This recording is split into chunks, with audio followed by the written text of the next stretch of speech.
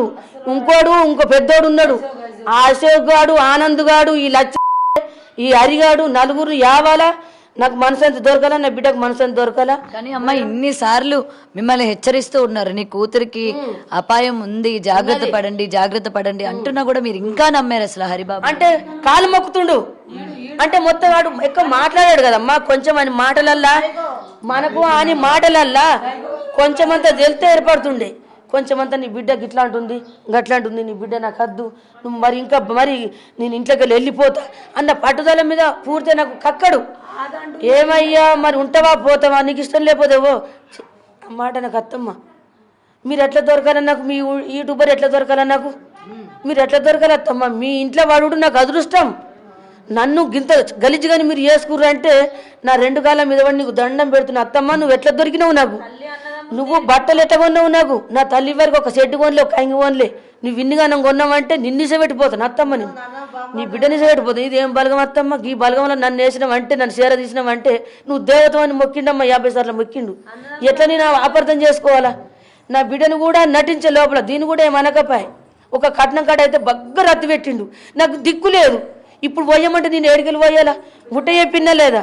ముట్ట చెప్పిన మంద ముట్ట చెప్పిన ఇంకా పొయ్యి అని అంటే రూపాయలు పోయి అంటే ఈ రాష్ట్రం మీద ఎంతమంది లేరు నాశనం దిక్కులేని వాళ్ళు?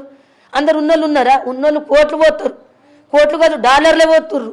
ఉన్నోళ్ళు ఉన్నంత పోతారు, లేనోళ్ళు లేనంత పోతారు. ఎంత పోతారు అంత తీసుకోవాలా, లేకపోతే నాకు కట్నం బాగా కావాలంటే ఇసు పెట్టిపోవాలి.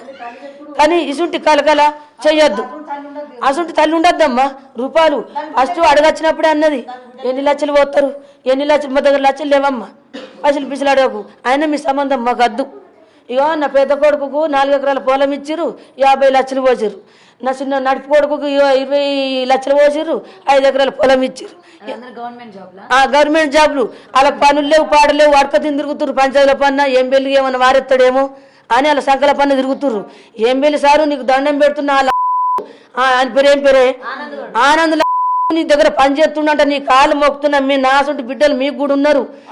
ఆనంద్ గానికి ఉరి శిక్ష అయ్యు, నీ కాలు మొక్కుతా, నీ దండం పెడతా. ఆనంద్ గానికి అన్నకు, తల్లికి, హరిగానికి, నలుగురికి అయ్యు. నీ కాళ్ళ కింద కుక్క అయి ఉన్నా కానీ నువ్వు అని ఎంపాలా. ఎందుకంటే నువ్వు ఎంపీలు సారు, కోట్ల మందికి న్యాయం చేస్తున్నావు. నీ సంకలున్నాడు మందిని చంపుతుండు, మందిని చంపినోనికి నువ్వు ఎట్లా న్యాయం చేస్తావు?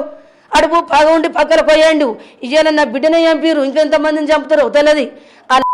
ఉరి శిక్ష అయ్యుర్రి. ఆడు నీకు సంఖకి ఎందుకయ్యా? నీకు కోట్ల మంది, నీకు బలంగా, నీకు కోట్ల మందే నీ అండగా ఉన్నారు. గిసుంటి కుక్కలు నీకెందుకు? ఆనంద్ గారిని, అన్నని, తల్లిని, 4 చంపాలని నేను కోరుకుంటున్నా మనస్ఫూర్తిగా.